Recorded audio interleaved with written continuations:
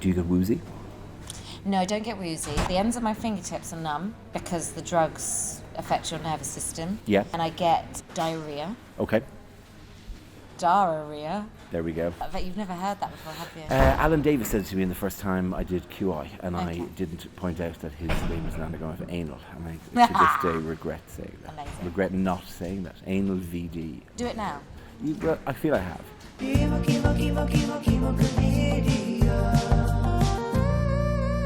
How would you kill somebody? Like, I've thought about this because Yeah, if I ever everyone's got thought about this, terminal, I would go on a killing spree.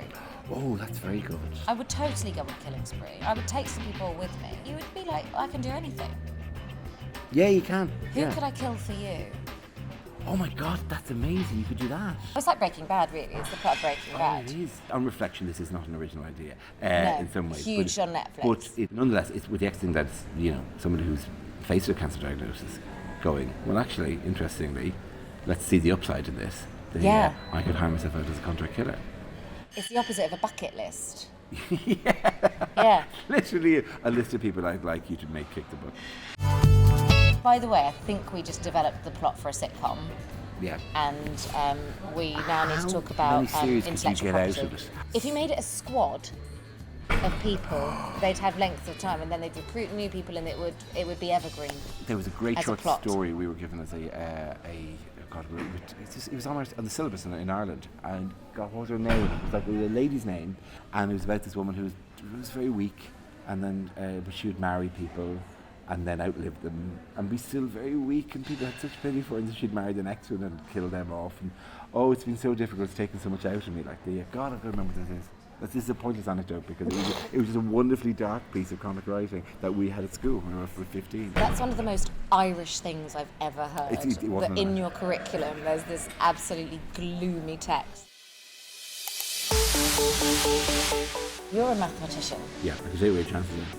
You can't tell me what my chances are because that's not how maths works. You end up with a lot of numbers being thrown at you when Yeah. you're being diagnosed and being given your sort of future odds. How much stock should I take in numbers within the context of my head? Because when they say I've got a 1 in 4 chance of my cancer coming back, you like to think that, You're in the 75 or in the 25. yeah, Yeah, and that's the way you should think. Yes. In some ways, you should stock it all because there's nothing definite about it. There's no decision that you're making or not making in the back of this. no. How do you mean? Like, what As in, decision would it's I not make? as in, like, if they said, listen, you've 1 in 4 if you do this, but if we do No, this... I've already yeah. made the decision. So I had a 60% chance of it coming back if I didn't do this. That's where you're concerned with the numbers end.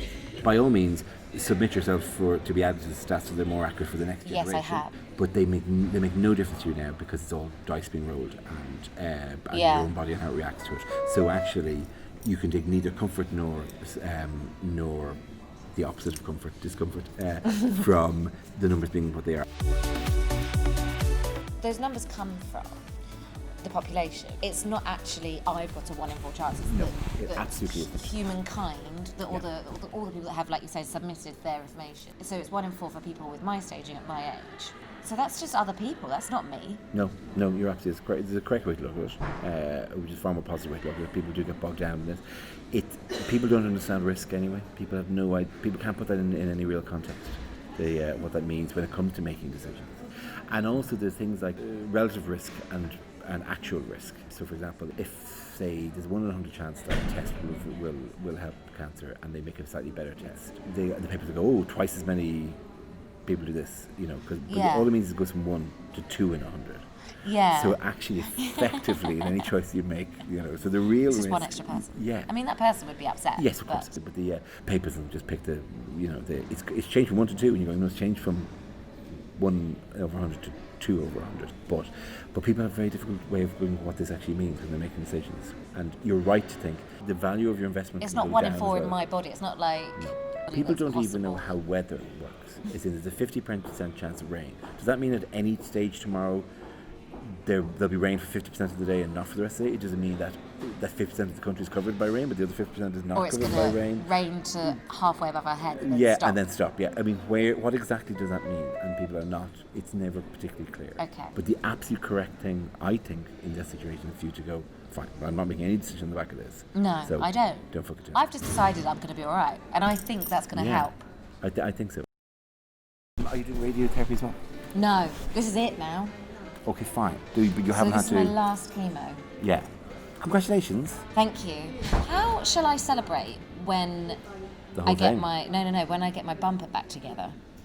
Because I feel like, like when a tunnel gets opened, there's a tunnel near where I grew up, like a motorway tunnel, and they had a big celebration when it opened, and I went to that, and I feel like I should honour my own butthole in the same way. Firstly, how dull was it where you were growing up? I grew up in Stevenage. And that was the biggest event. They've reopened the tunnel. What did the tunnel go under or through around? It was like a tunnel near Hatfield. Again. I've never thought how bad that was that we celebrated a tunnel opening. But there was like a whole fete in there. But sometimes it's like, I mean, I'm sure when they opened the Mont Blanc tunnel, there was a huge party because it was a tremendous People want to thing. get to Hatfield, Dara.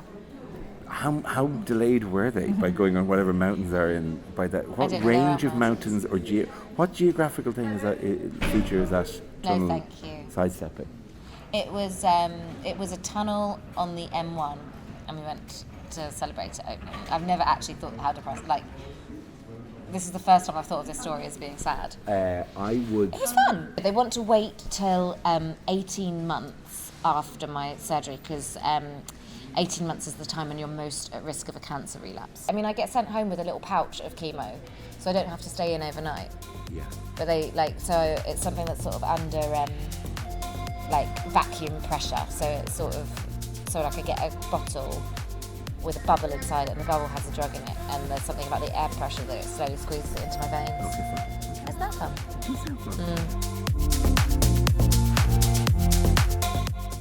I have to say, the timing of this for me has been all right. Okay. Like if I'd been asked Yeah. when I wanted to have cancer. Like I bought a flat last year. Right. Okay. So that's done. I've decorated it. Okay. Fine. That's good. That's good. That's good. I've paid off my credit card. Yeah. So now's a good time for cancer. Okay. Fine. I quite fancy the rest. I've worked hard for like been? 13 years in television. Yeah. So you might as well. At this point, you've earned. Like people only used to work for 40 years, maybe 50 years before they retired. But listen, you take a bit of a break now. It's nice. It's like a sort of halfway point. And also, it's like nobody's going, oh, Jesus, she's still out with oh, God, she's still out with the cancer. Do you know what? You do still get guilty, though. Like, I'm supposed to go back to work later, and I've Later realised today. that What the thing that isn't sufficient is that you can write off the day with this. I could do if I wanted, Yeah, but I'm but not I've lazy. had lunches that I've written off the rest of the day because of. I know, and you've it's been 3 hours Friday. of chemo, and yet you'll go back. Yeah. See, now you're definitely pitching for hero status here. No, it's okay, it's I'm fine. just a humble television producer. Bring that in. doing Bring that in. chemo. No, I can't take a drip stand. They won't let me leave with it. I have to stay right here. You can get a drip stand really cheap. Dara, Yes. it's been so lovely to have you keep me company for this time. It's been a delight.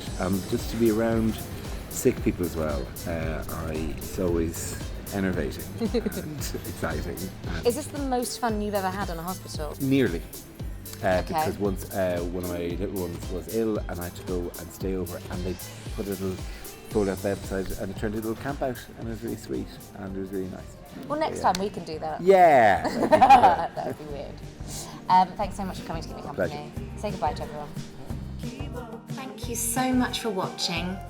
Please hit the subscribe button, which I think is here, and hit the bell as well so that you can see more episodes with other super funny celebrities. Making this series has definitely been an upside of cancer treatment, so I'm really keen to share more episodes with you. Bye.